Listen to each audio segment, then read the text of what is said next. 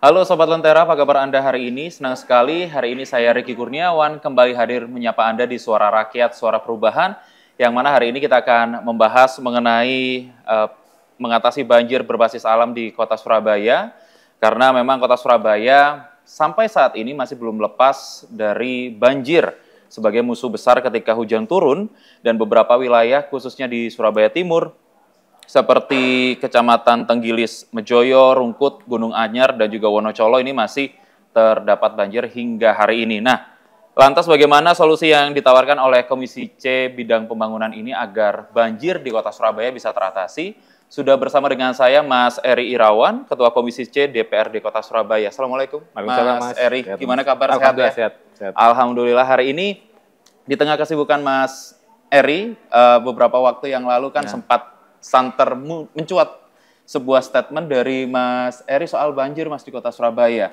Sebelum kita berbicara lebih lanjut, lebih dalam tentang banjir di kota Surabaya, bagaimana menurut Mas Eri sejauh ini penanganan banjir yang ada di kota Surabaya, Mas? Ya, kalau kita melihat banjir ini kan sebenarnya ada 3 karakteristik ya, Mas. Yang pertama adalah kalau di Surabaya ini pertama adalah banjir kiriman. Jadi banjir kiriman ini karena Surabaya ini adalah daerah hilir, daerah delta yang secara topografi itu lebih rendah daripada daerah sekitarnya, sehingga mendapat kiriman air itu dari misalnya dari Kali Lamong, kemudian dari Sungai Brantas, termasuk misalnya ketika banjir besar tanggal 24 Desember 2024 itu adalah karena luapan aliran dari Sungai Brantas yang kemudian tidak tertampung di sini, sehingga sebagai daerah hilir itu kita kewalahan.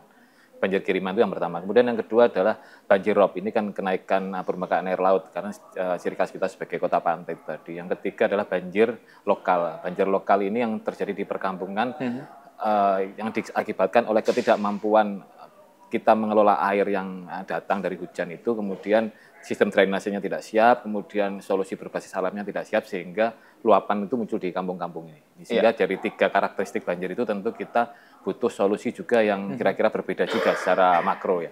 Maka kita dalam 3 tahun terakhir ini saya melihat prosesnya, orientasinya itu terlalu teknis. Misalnya pembangunan rumah pompa di Surabaya ini sekarang ada 77 rumah pompa, itu 16 diantaranya dibangun dalam 3 tahun terakhir. Dan tahun ini akan ada 3 atau 4 lagi rumah pompa baru, sehingga ini memang betul secara teknis ini solusi untuk mengatasi banjir, tapi kan kita tidak bisa hanya berharap pada solusi teknis drainase ini. Nah, kita harus juga memadukannya dengan solusi berbasis alam. Kenapa? Karena kemampuan kita untuk membangun rumah pompa baru, membangun sistem drainase baru itu anggarannya tidak akan mencukupi. Sebesar apapun kita mengalokasikan, itu tidak akan mencukupi dengan kemampuan kita untuk mengejar perubahan iklim, mengejar cuaca ekstrim, mengejar bagaimana di daerah hulu ini sudah cukup rusak ya di daerah hulu, sehingga aliran Sungai Brantas, Kali Lamong itu sangat deras ke Surabaya. Tapi kalau dilihat dari kuantitasnya, Mas, selama mungkin 1 tahun atau 2 tahun ke belakang yang terjadi di kota Surabaya, itu lebih banyak karakteristik banjir yang mana, Mas? Yang sering terjadi? Atau rata semua? Rata semua. Jadi ini apa namanya, ketiganya itu saling melengkapi gitu ya. Ketiganya itu saling berpengaruh variabelnya. Contoh tanggal 24 Desember itu kan ada memang berbarengan antara banjir rob, kenaikan permukaan air laut, dengan aliran Sungai Brantas yang kemudian sangat deras, sehingga air itu yang antri ke laut ini cukup lama, karena di laut juga ada kenaikan permukaan air laut. Jadi ini butuh solusi yang bersama-sama, di samping juga tadi saya katakan kemampuan sistem drainase kita belum cukup andal untuk mengatasi banjir semuanya. Tetapi memang saya melihat ada langkah serius dari pemerintah kota Surabaya yang perlu kita apresiasi, karena beberapa langkah progresif seperti normalisasi kali anak yang sekarang berjalan itu saya kira bisa menyelesaikan cukup banyak permasalahan banjir di Asam Rawo dan Kerembangan. Nah, kemarin beberapa waktu yang lalu ya sempat mencuat dari Mas Eri dan juga dari teman-teman dari Komisi C gitu mengenai solusi untuk mengatasi banjir berbasis alam. Nah, ini solusi yang seperti apa? Kemudian apakah ini juga sebagai respon atas kegagalan metode konvensional sebelumnya atau mungkin tren global aja, Mas? Jadi gini, kalau di tren global itu kan kita memadukan antara solusi teknis prasarana, seperti pembangunan post culvert, saluran, dan segala macam rumah pompa, tapi juga harus dipadukan dengan solusi berbasis alam. Misalnya contoh, di kota-kota di Cina itu kan sudah mereka menyebutnya sebagai ini ya kota sponge city, jadi kota yang menyerap air. Jadi mulai dari sistem pavingnya, jalannya itu dibuat terintegrasi dengan sistem resapan air.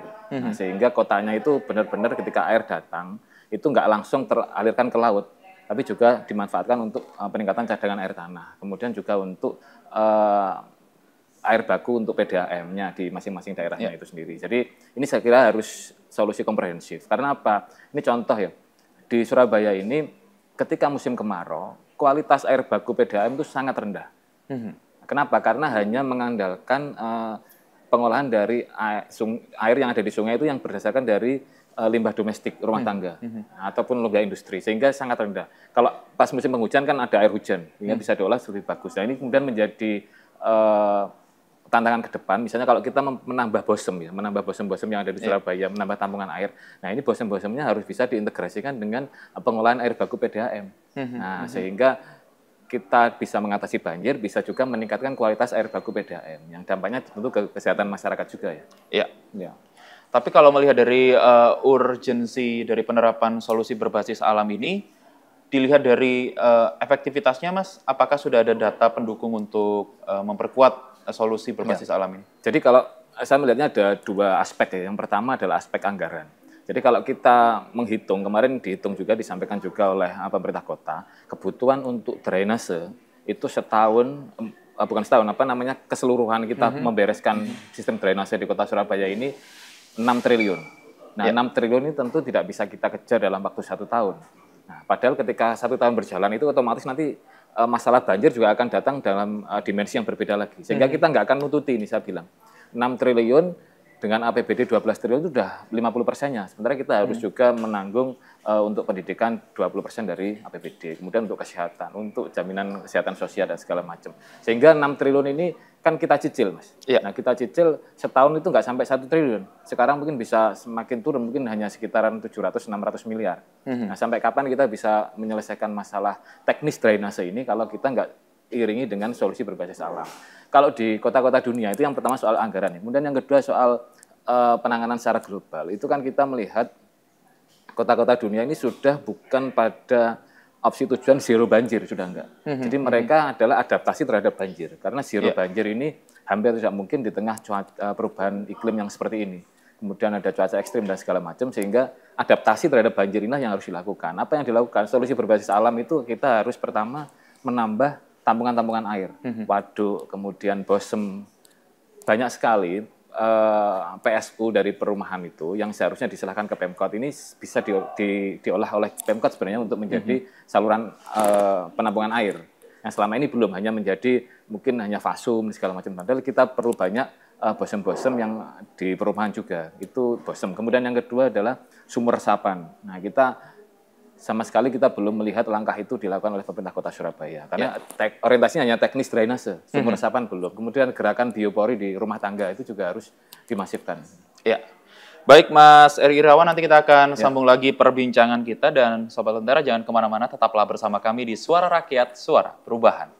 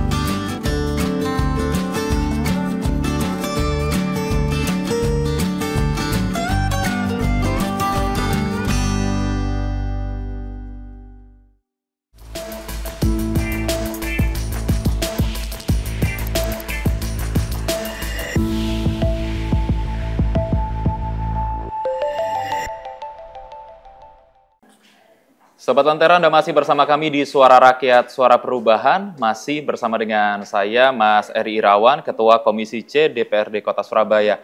Mas Eri, kita sambung lagi perbincangan kita hari ini. Tadi sempat disampaikan oleh Mas Eri di segmen yang pertama bahwa solusi berbasis alam ini adalah solusi yang komprehensif. Tentu secara implementasi di lapangan, bayangan saya ini akan memerlukan banyak sekali kolaborasi, Mas. Seperti mungkin dari pihak swasta atau mungkin dari pihak akademis dan lain sebagainya. Sejauh ini kolaborasi yang dilakukan untuk memperjuangkan solusi berbasis alam ini, Mas, seperti apa? Ya, kita ingin solusi ini kan terlembagakan, Mas. Salah satunya melalui Perda Penanggulangan Banjir yang sekarang sedang dibahas di Komisi C bersama stakeholder terkait. Salah satu contohnya gimana? Kalau di kota-kota di luar negeri itu bangunan-bangunan tinggi itu di atasnya sudah diwajibkan untuk membuat semacam tapi kalau di rumah itu apa namanya?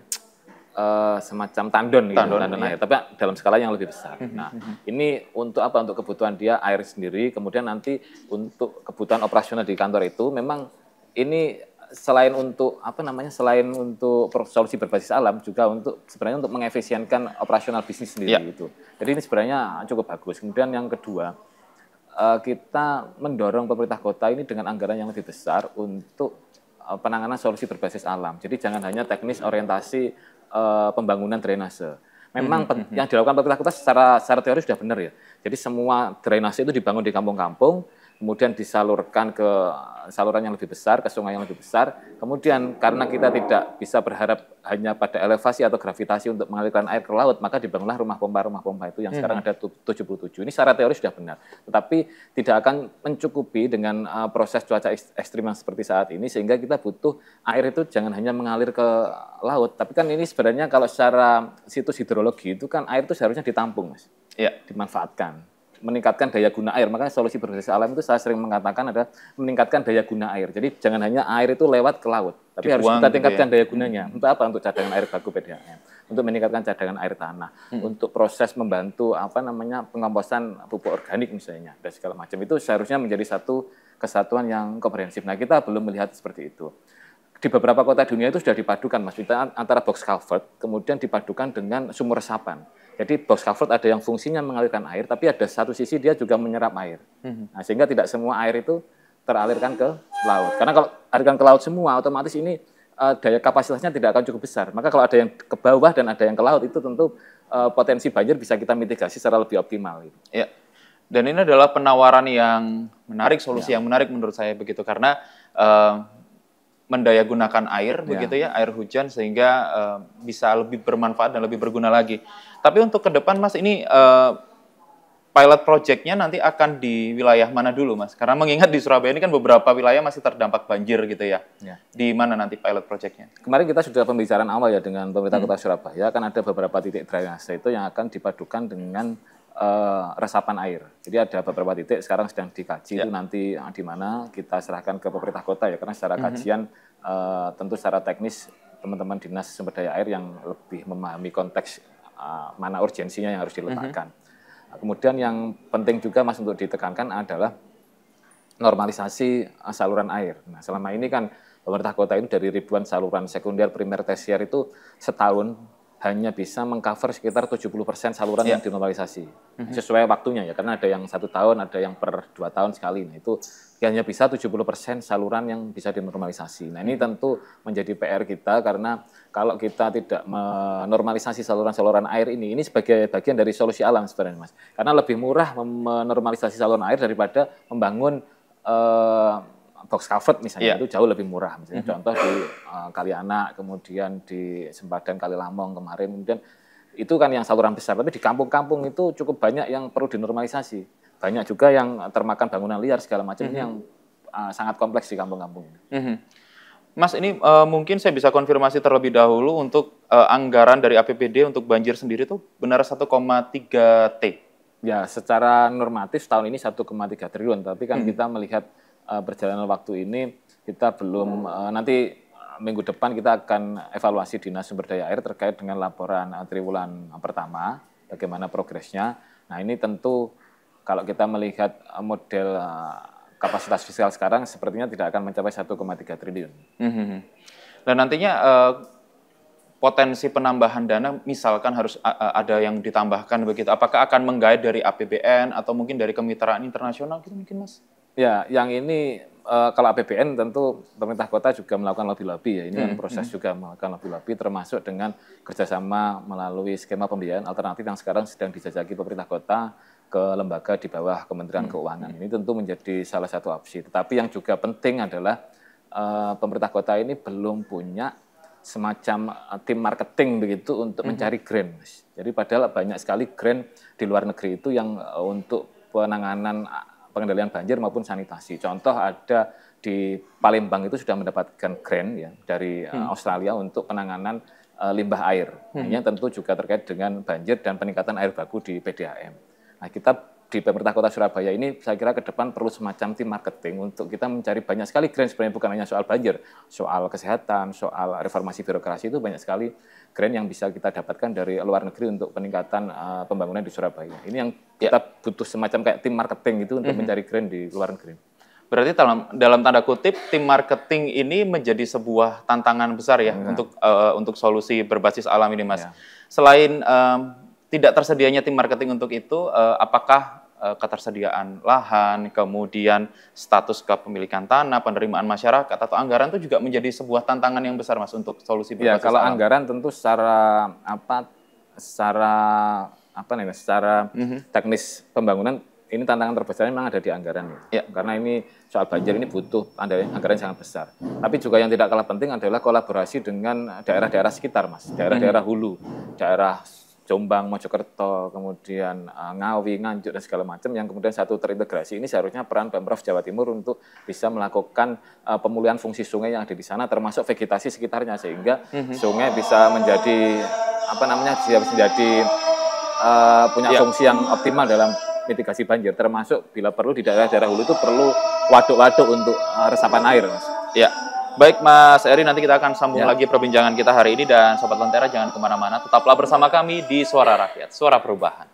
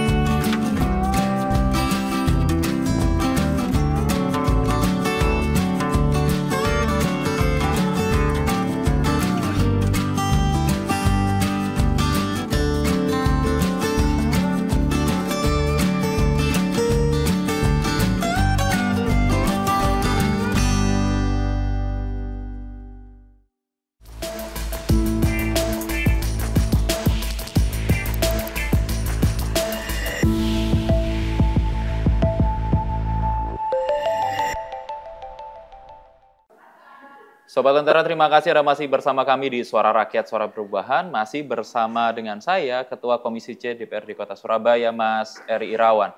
Mas Eri, solusi berbasis alam untuk penanganan banjir ini tentu bukan solusi, menurut saya bukan solusi jangka pendek juga, jangka menengah mungkin, atau mungkin bisa jadi jangka panjang juga. Butuh sumber daya manusia yang mumpuni untuk mengurus ini.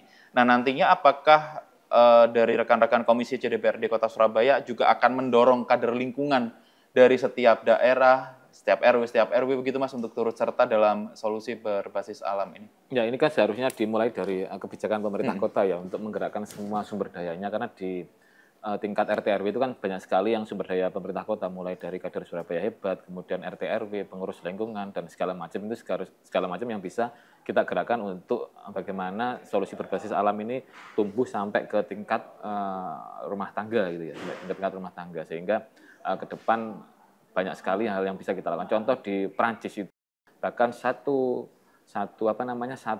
rumah tangga itu diberi ayam, Mas. Diberi ayam untuk bagaimana dia menghabiskan sampah sisa makanannya. Nah, ini yang karena 60% sampah di Surabaya ini adalah sampah sisa makanan. Dan ini juga berkelindan juga dengan masalah-masalah penyebab banjir. Nah, maka saya sebut juga salah satu solusi berbasis alam itu adalah kita harus melakukan revolusi manajemen sampah di Kota Surabaya yang selama ini orientasinya di hilir, di TPA Benowo. Mungkin semua sampah kan dibawa ke sana semua. Hanya sangat sedikit yang terproses di sistem perantaran yang di tengahnya, di hulunya. Kita harus memperbanyak TPS 3R, TPS terpadu untuk pengolahan sampah ini, sehingga timbulan sampah di akhir ini tidak banyak. Dan juga tidak banyak yang terbuang ke sungai, yang selama ini menjadi problem. Setiap satu rumah pompa, Mas, satu hari bisa didapatkan sampah itu 1 ton di tiap rumah pompa. Jadi rumah pompa ini kan ada semacam kayak trash barrier gitu kan, untuk bagaimana agar sampah itu nggak masuk ke sistemnya dia. Sehingga nah itu kan diambil secara manual oleh Satgas kebersihan itu. Itu sehari bisa 1 ton, 1 sampai 2 ton. Jumlah yang sangat besar. Jumlah yang sangat besar. Itu kan sampah masyarakat semua. Betul. Mulai dari popok, mulai dari semacam-macam lah. Ada televisi segala macam. Wah, ya, bekas yang itu dibuang ke sungai segala macam. Berarti itu artinya sebenarnya kesadaran masyarakat akan banjir ini juga sebenarnya sangat-sangat diperlukan. Tidak hanya sumber daya manusianya untuk menangani banjir ini, Mas Heri ya. Ini contoh ya. Salah satu contoh itu kan ada pencuri kabel ya yang tertangkap diletakkan di bawah box culvert yang di salah satu daerah di tengah kota itu. Begitu diwawancari sama kepolisian, itu salah satu yang dia dapatkan di bawah apa? Ada kasur. Kan dia mencuri kemudian meletakkan itu di bawah-bawah itu. Nah, untuk nanti diambil. Nah, itu kan ketahuan, dan dia testimoni di bawah itu ada apa aja? Ada kasur, ada segala macam. Nah, itu kemudian menjadi problem bagi kita semua. Berarti sebenarnya ini adalah kesadaran masyarakat juga sangat penting begitu Mas Heri ya. Tapi Mas Heri, untuk kedepannya Mas, seperti yang Mas Heri sampaikan tadi, kita sempat ngobrol di sela-sela jeda tadi, bahwa sebenarnya kendalanya juga salah satunya adalah bangunan-bangunan liar yang ada di area tangkapan air, begitu, yang sampai saat ini mungkin dari pemerintah Kota Surabaya sudah bertahap untuk menyelesaikan ini semua, tapi ini masih menjadi salah satu kendala untuk membuat solusi berbasis alam ini sukses, begitu. Nah, apa yang akan didorong ke depan oleh Komisi C DPRD Kota Surabaya agar bangunan-bangunan liar ini segera bisa diselesaikan, begitu Mas Heri? Ya, jadi pemerintah kota harus mulai menyeimbangkan ya antara porsi anggaran untuk pembangunan drainase, untuk teknis prasarana ini ke solusi berbasis alam. Salah satunya adalah pengembalian fungsi saluran atau pengembalian fungsi sungai. Ya.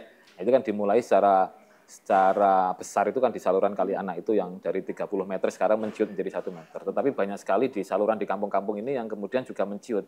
Contoh misalnya di salah satu kelurahan di Sukolilo itu ada sungai kecil di hulunya itu 3 meter, sekarang menciut hanya 1 meter, bahkan lebih di bawahnya. Di atasnya apa?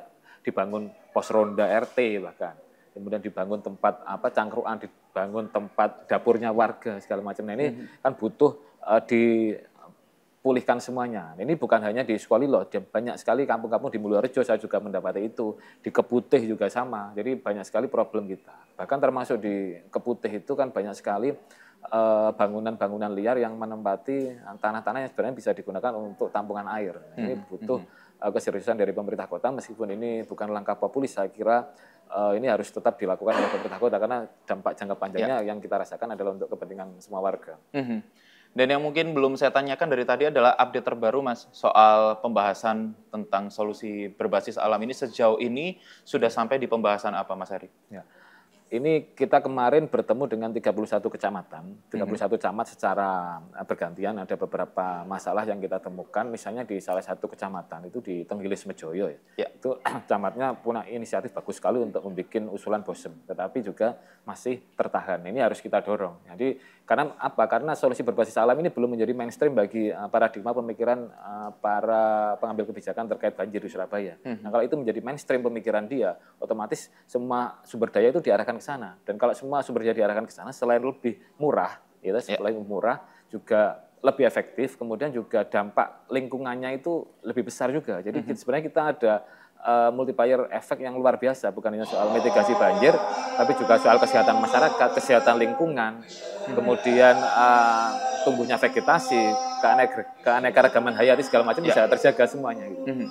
Tapi secara konkret seperti apa, Mas? Apakah nanti ini di bayangan saya akan ada ekopark, akan ada hutan kota, begitu-begitu, Mas? Ya salah satunya itu ya, ada hutan kota, ada ekopark, kemudian sumur-sumur resapan yang sekitar 2 meter, kalau di Jepang itu ada sekitar 2 meteran, di banyak sekali jalan itu menjadi sumur resapan, kemudian gerakan biopori di rumah-rumah, kemudian karena biopori itu sebenarnya murah, tapi harus ada dorongan sebenarnya dari pemerintah kota. Saya kemarin ngobrol dengan banyak komunitas, ada komunitas nol sampah, kemudian banyak sekali komunitas yang kemudian dia membuat percontohan biopori. Itu sebenarnya relatif terjangkau, bisa digerakkan di masing-masing rumah tangga sebenarnya untuk bagaimana kita bisa menyerap air. Tapi ini harus digerakkan dalam skala masif yang bisa ratusan ribu biopori yang ada di Surabaya. Sebenarnya ini bisa termasuk menggandeng CSR dari BUMN, dari swasta untuk bisa bersama-sama mengatasi masalah ini sebenarnya. Betul, karena ini kan langkah bersama untuk membuat Surabaya menjadi bebas banjir begitu. Mas Heri, terakhir mungkin ada yang mau disampaikan kepada warga kota Surabaya atau mungkin kepada pemerintah kota Surabaya agar solusi berbasis alam ini bisa diterima dengan baik, kemudian bisa diimplementasikan dengan baik pula, Mas Heri. Monggo. Ya, jadi yang pertama adalah kita harus mulai menggeser paradigma kita dari paradigma yang teknis pembangunan prasarana, pembangunan box culvert, rumah pompa, kemudian saluran drainase lain, ke saluran berbasis, ke solusi berbasis alam. Tapi masyarakat juga harus paham juga bahwa selama ini kan masyarakat ketika kampungnya banjir, dia solusinya adalah mendesak pemerintah kota membangun saluran, memperbaiki salurannya. Nah, padahal di dalamnya ketika kita cek, itu banyak sekali saluran sebenarnya sudah ada, tapi kemudian ditempati, ditutup dengan beton untuk dia tempat cangkruan. Kemudian sampah menumpuk di situ. Jadi sebenarnya harus dua pihak ini, pemerintah kota dan masyarakat sama-sama punya kesadaran bersama untuk membangun solusi berbasis alam ini. Jangan kemudian masyarakat ketika kampungnya banjir menyalahkan pemerintah kota karena saluran drainasenya kurang lebar misalnya, tetapi padahal di dalamnya banyak sekali sampah dari masyarakat itu sendiri, dan bahkan ada yang digunakan untuk tempat apa istilahnya, kalau di bahasa Jawa itu ada menjadi buk itu loh, menjadi buk yang untuk tempat kita, dan bahkan itu mengecor sampai ke bawah sehingga menghambat saluran air. Nah, ini yang kemudian menjadi kesadaran kita bersama.